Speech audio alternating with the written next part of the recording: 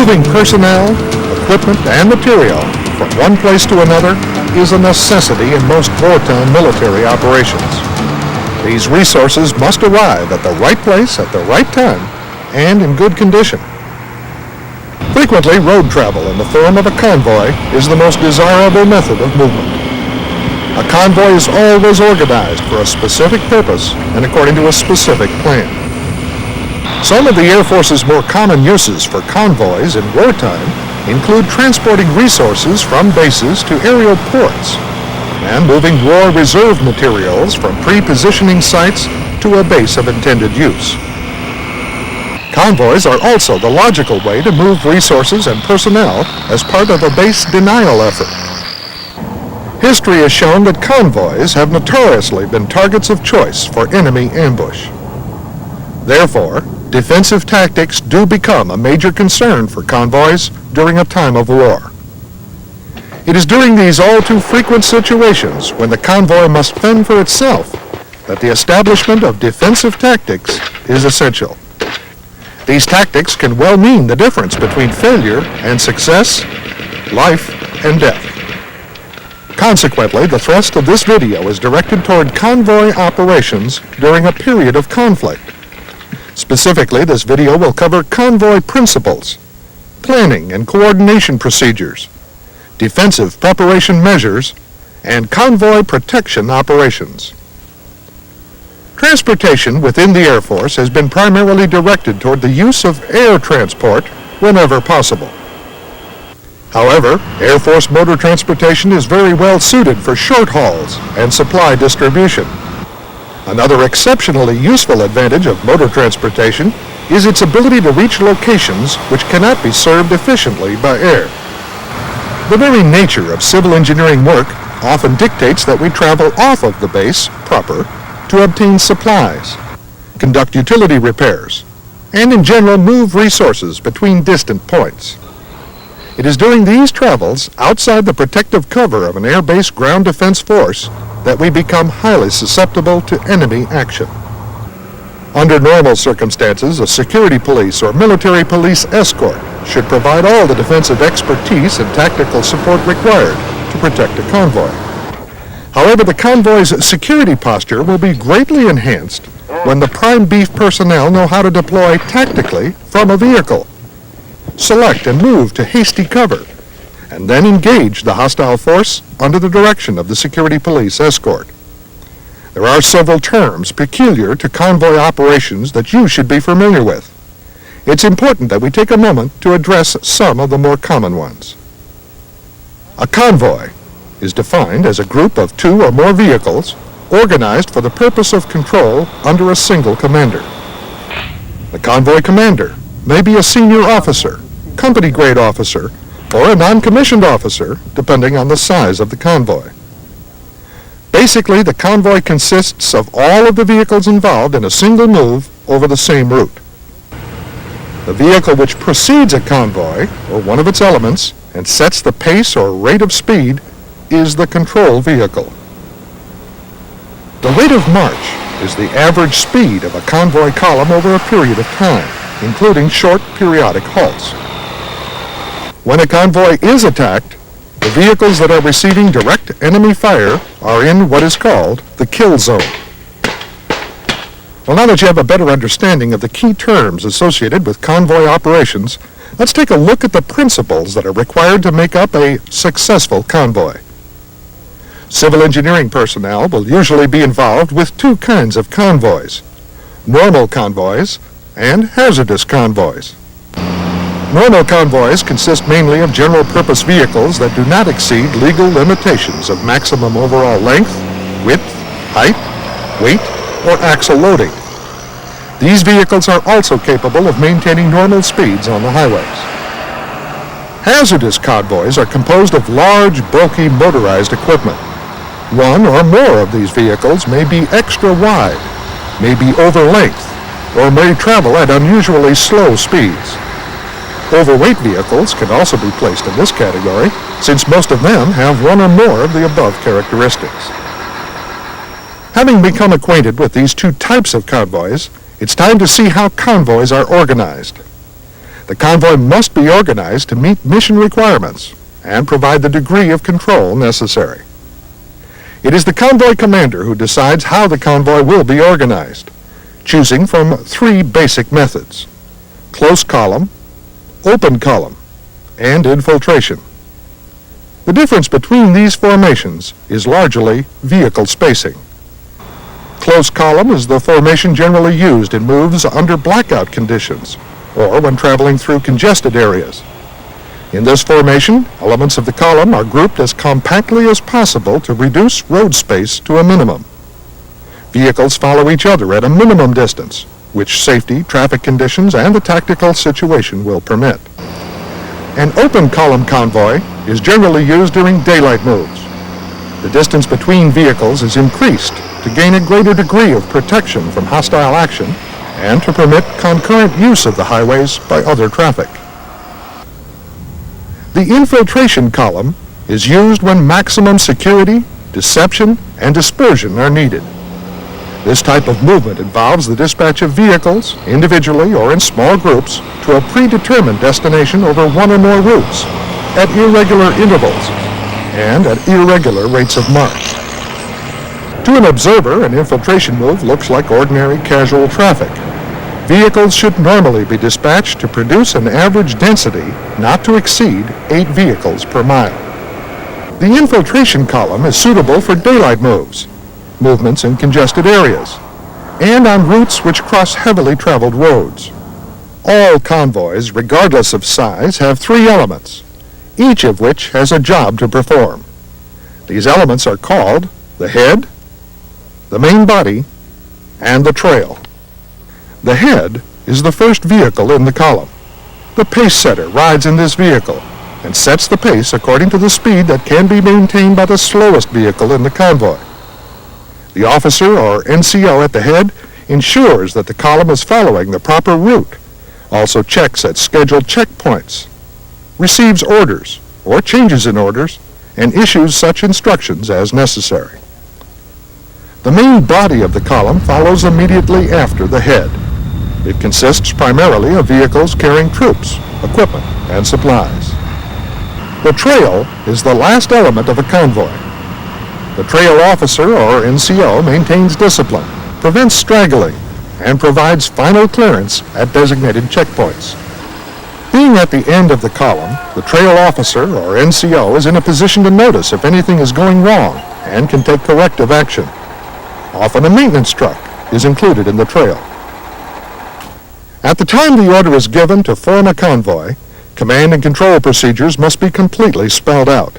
This includes the chain of command to be followed on the convoy. Control of convoys can be exercised in 2 basic ways. First, it can be exercised by the organization making the move. Second, it can be exercised by the commander of the area through which the convoy will be conducted. Both situations often occur, to some degree, together. Organizational control is always exercised during convoy movements. The unit commander, whose trucks are using the road, makes sure that the supervisors and drivers obey traffic laws and regulations, speed limits, time and distance gaps, routes, and schedules. In a combat zone, area control is usually the responsibility of the forces holding the area. These forces can be from either the United States or our host nation. Area control may be enforced by using traffic control points and roving patrols. We have already seen that the convoy commander can use either the close column, open column, or infiltration methods of movement as a means of convoy control. The column can be further controlled by using the following individuals and methods: the convoy control officers, convoy discipline, and halts. Convoy control is exercised through control officers, such as the convoy commander, the advance officer, the pace setter, and the trail officer. Also assisting with control are the guides who lead or direct a convoy, and escorts and patrols which provide liaison between the convoy and control points. The convoy commander can be either an officer or NCO. This is the individual everyone looks to for overall control. The commander must be free to supervise the movement of the entire column. The advance officer should be an experienced officer or NCO who precedes the column and reconnoiters the routes. This individual selects detours or alternate routes to avoid bottlenecks and posts guides or markers for the convoy to follow. The pace setter should also be an experienced officer or NCO who rides at the head of the convoy and maintains the rate of speed necessary to meet the planned schedule. For prime beef convoys, the trail officer is normally positioned at the rear of the column to check and observe vehicles at the start point and ensure that traffic from the rear is warned when the column halts. The trail officer also picks up guides and markers left by preceding elements of the convoy, makes on-the-spot investigations of accidents, directs the evacuation of injured personnel, and effects the repair or disposition of disabled vehicles and equipment. Since a vehicle maintenance individual is usually not assigned to a civil engineering squadron, when one is required to support a prime beef movement, the Survival Recovery Center will make the appropriate tasking. Guides and signs can also be used to control a convoy by placing them at key locations to direct vehicles over the correct route. They are normally provided by the unit making the move. Escort and security elements may be used to assist a convoy. They can help direct the convoy and protect it from interference. During a period of conflict, convoy escort and security elements are usually provided by the security police, military police, or host nation forces. Convoy and security commanders should plan and coordinate all convoy security matters. In a nutshell, convoy discipline comes from training and effective control within the unit. Convoy discipline ensures cooperation and teamwork. It can only be attained by thorough training, plus constant supervision by every officer and NCO. Practical experience in convoy movement and attention to detail, such as proper vehicle operation and strict obedience of traffic regulations. The immediate and effective response to all signals and orders, and proper care of vehicles or equipment. Halts can also be used to help control the column. They are made for rest, personal comfort and relief, messing, refueling, maintenance and inspection of equipment, and for scheduled adjustments while allowing other traffic to pass. During halts, all personnel have responsibilities that must be performed. Officers and NCOs must check the welfare of their personnel, verify that the loads are secure, and ensure that operator maintenance is performed. They should also give instructions to the drivers that will ensure the column gets started with a minimum of confusion. Intra-column communications will help provide the convoy commander with information on activities taking place within and on all four sides of the column. The commander can use this information to control the movements of the convoy and to ensure that the convoy reaches its destination with as little disruption as possible. There are several ways to communicate while on convoy. Sign messages from the front of the column may be written on a board and posted on the driver's side of the road, or displayed by a guide. The drivers then read the messages as they pass the signboard. Visual hand and arm signals constitute another means of convoy communication. Column control signals may be given from the cab of a vehicle or by a person standing on the road. Standard hand and arm signals used for convoy control are contained in Air Force Manual 24-306, the manual for the wheeled vehicle driver. Radio is by far the best way to communicate during a convoy.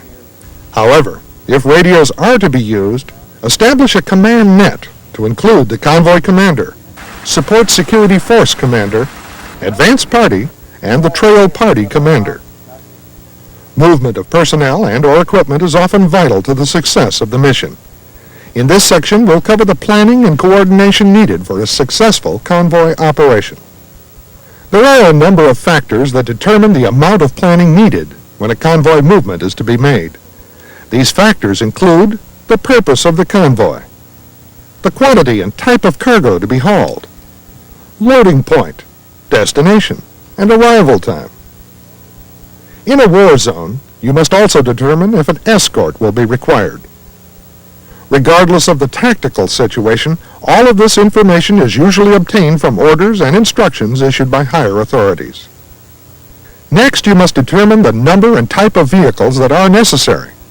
This can be decided after the amount and type of cargo are known. The number of people needed depends to a large degree on the number and types of vehicles needed and the potential for ambush. The number of vehicles, distance to travel, and personnel involved are the factors that determine the amount of supplies, such as food and gasoline, which will be required on the trip. After the composition of the convoy has been determined, you should answer the following question. What is the best route? Where are the halts to be made? At what speed will the convoy travel? Where will fuel, oil, and other supplies be obtained? What are the en route communications procedures?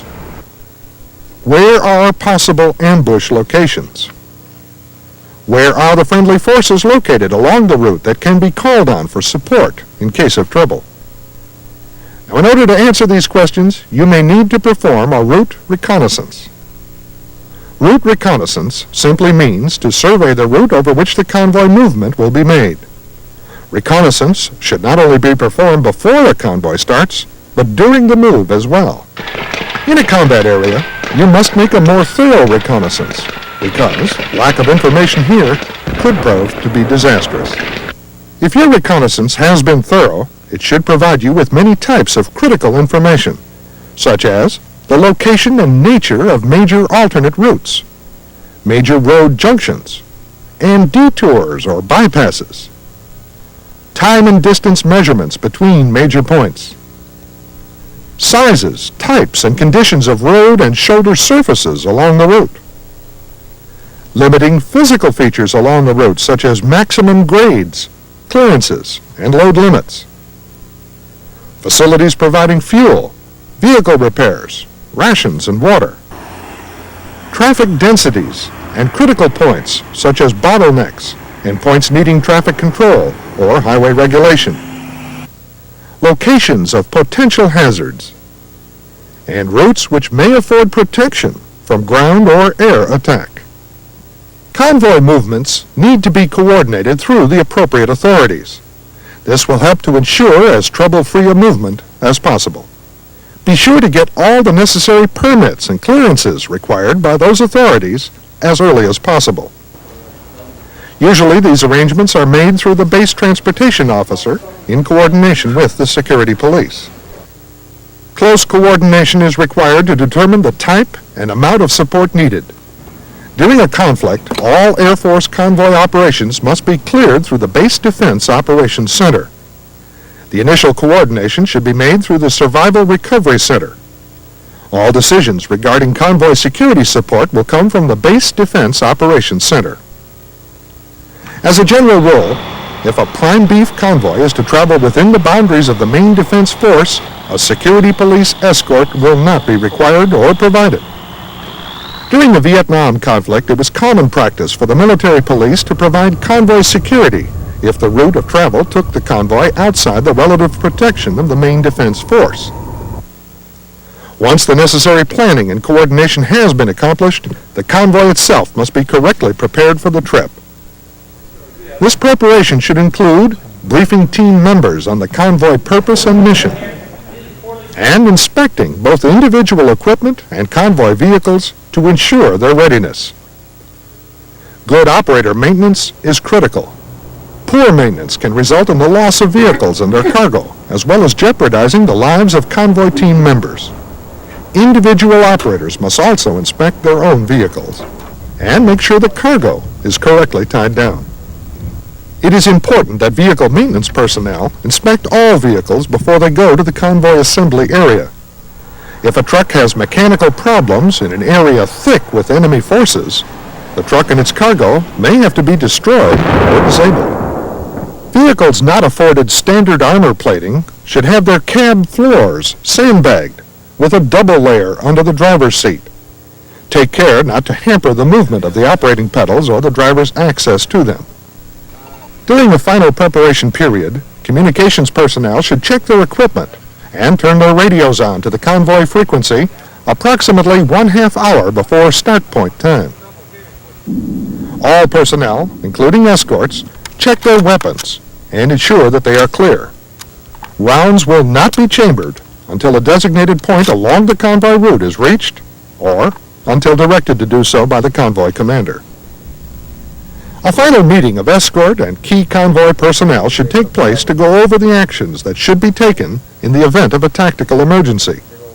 If there are any questions, they should be clarified at this time.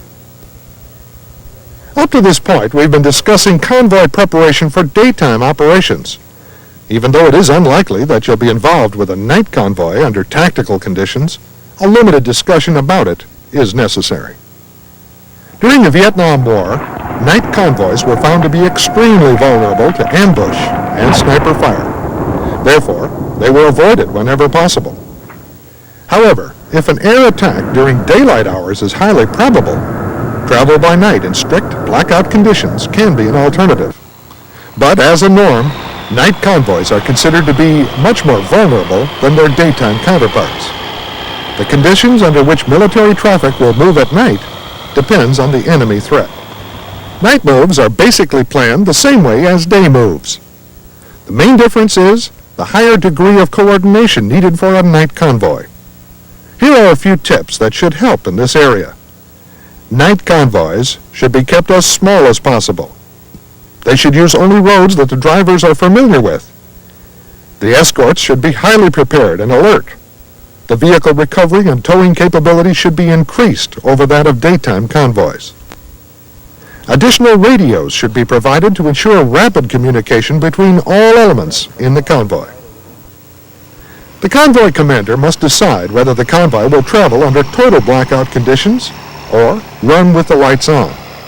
The conditions of travel are dictated by the enemy threat at the time, but as a general rule, night convoys should be avoided whenever possible. Day or night, the very nature of an ambush places an ambushed unit at a disadvantage. During war, the possibility of being ambushed exists whenever moving. Consequently, a convoy must take all possible steps to reduce its vulnerability.